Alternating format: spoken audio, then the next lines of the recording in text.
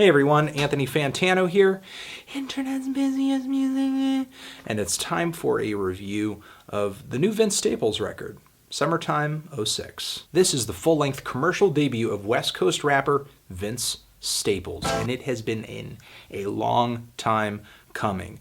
Building up to this thing with a series of mixtapes, singles, a not too long ago released EP that I thought was pretty good. And pretty much all of these releases featured a very low-key style of rap music with very subdued beats, but the rhymes were super dark, super gritty, a lot of the times violent. And Vince Staples had an inflection and a flow style that was very reminiscent of guys like Snoop Dogg, but I wouldn't say a party vibe really comes through in his music quite as much, or really a pop sensibility. Vince, instead of being a pop rapper, I think he embraces a similar minimalism and eeriness that you might catch on an Earl Sweatshirt record, and you may in fact have heard of Vince from Earl Sweatshirt's records. And now it seems that Vince is trying to stand on his own with this full-length debut just in time for Odd Future's breakup not too long ago. And while I do think Vince is a talented rapper, I've never really felt an immense amount of ambition coming through on his previous projects,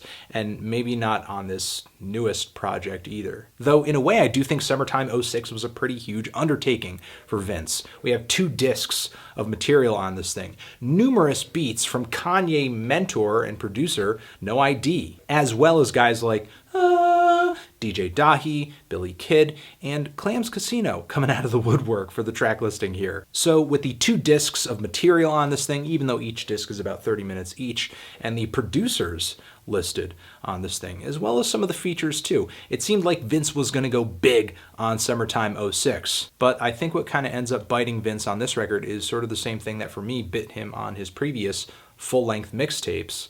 It's that he just doesn't really have that much versatility or oomph to carry an entire project on his own and just sort of keep things interesting. And not that there's nothing interesting about this project. I mean, the instrumentals are fantastic. Trunk-knocking bass on this thing. Occasionally, some very noisy and brittle and sharp snares or just kind of noisy percussion that sucks up the treble in the mix. Catchy melodies, awesome keyboard phrases. The beats on Summertime '06 are really smooth and low-key, but yet they have this heaviness and this really unique kind of color or groove or personality to them that, despite the fact that they're quiet, they stay at the forefront of my head. They are really what I end up focusing on because of how great the production on this record is. Occasionally these insane vocal harmonies pop up that a lot of you will probably, sort of catch instantaneously and be like, that reminds me of Kanye. And even though Vince invites other producers onto this project other than No ID, each producer here brings a similar vibe to these instrumentals, so sonically, Summertime '06 is a really cohesive project. I would actually argue this will be one of the better produced projects you've heard this year.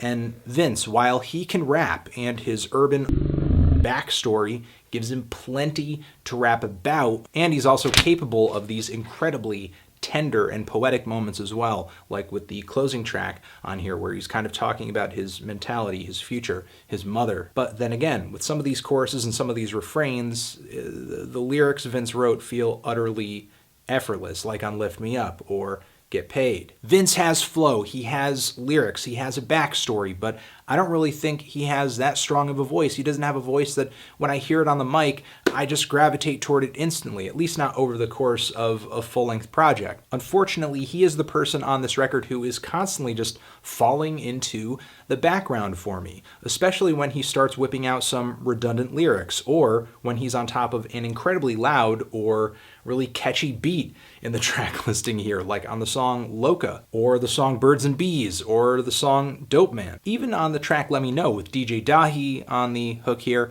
as well as Janae Aiko, singing, sort of rap singing in tandem with Vince, it feels like Vince is kind of playing second fiddle on his own track because his voice is the least ear-catching on the entire cut. Though the abrupt end of this track does make me kind of feel like some of this record was a little underwritten. There are some pretty short cuts in the track listing here, given that we do have 2 discs of material, 10 songs on each disc, and each disc is like 30 minutes. There are going to be some short songs in that track listing. But to kind of bring it back to these somewhat weak hooks I was pointing out before, I get that Vince is trying to be really direct And sometimes that directness, that straightforwardness translates into a hook that is actually catchy, like on Jump Off the Roof or NORF, where we get this bass-heavy beat with these howling synthesizers that are actually kind of creepy. And the very spacious, low-key instrumental here actually complements Vince's really relentless flow very well. One of the handful of moments on this record where Vince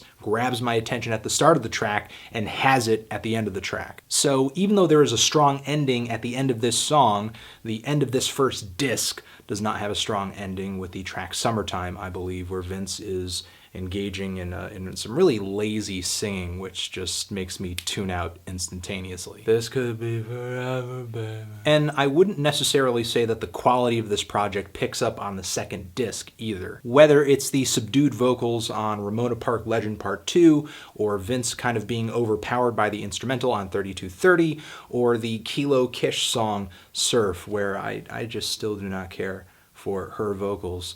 There are so many fleeting tracks in the track listing here, tracks that really just kind of feel like detours or just a bit of filler, or just like it wasn't fleshed out entirely into a fantastic, concise song from beginning to end. Even the song Might Be Wrong just kind of feels like another distraction, even though I love how this track is really melodic, features some great guest singing on here, and I like the social sentiment and message behind the song.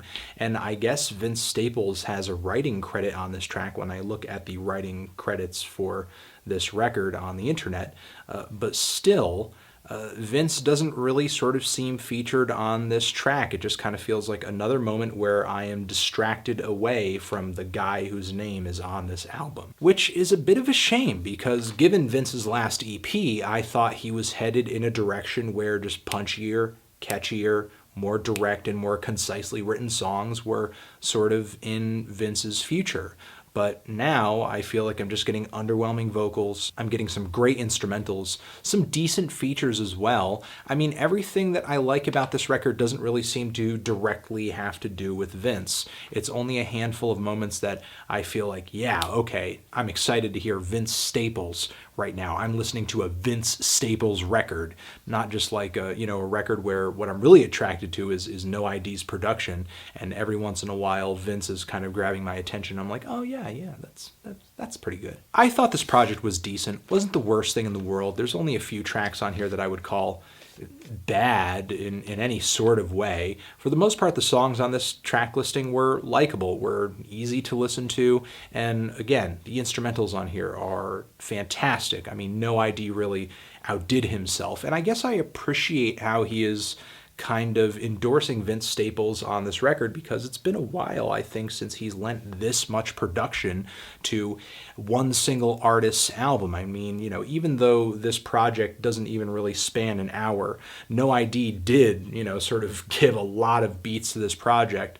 We are talking about 2 discs worth of beats here. I felt like this project could have been so much better if the best songs here were just kind of lengthened and added to and just made to be more, I guess, hard-hitting, just leave more of an impression, and those cuts that were just more forgettable or where Vince wasn't really truly feeling inspiration, just kind of cut them from the list, just put them on a bonus disc, or like just make them bonus tracks. I mean, there's a lot of things about this record that I think could have potentially made it more entertaining. Again, I don't think it's the worst thing in the world, but I think Vince really could have come harder with the songwriting and, sort of the hook end of things, especially since there were some fantastic and catchy tracks on his last EP. I'm feeling a decent strong 6 on this thing. Tran,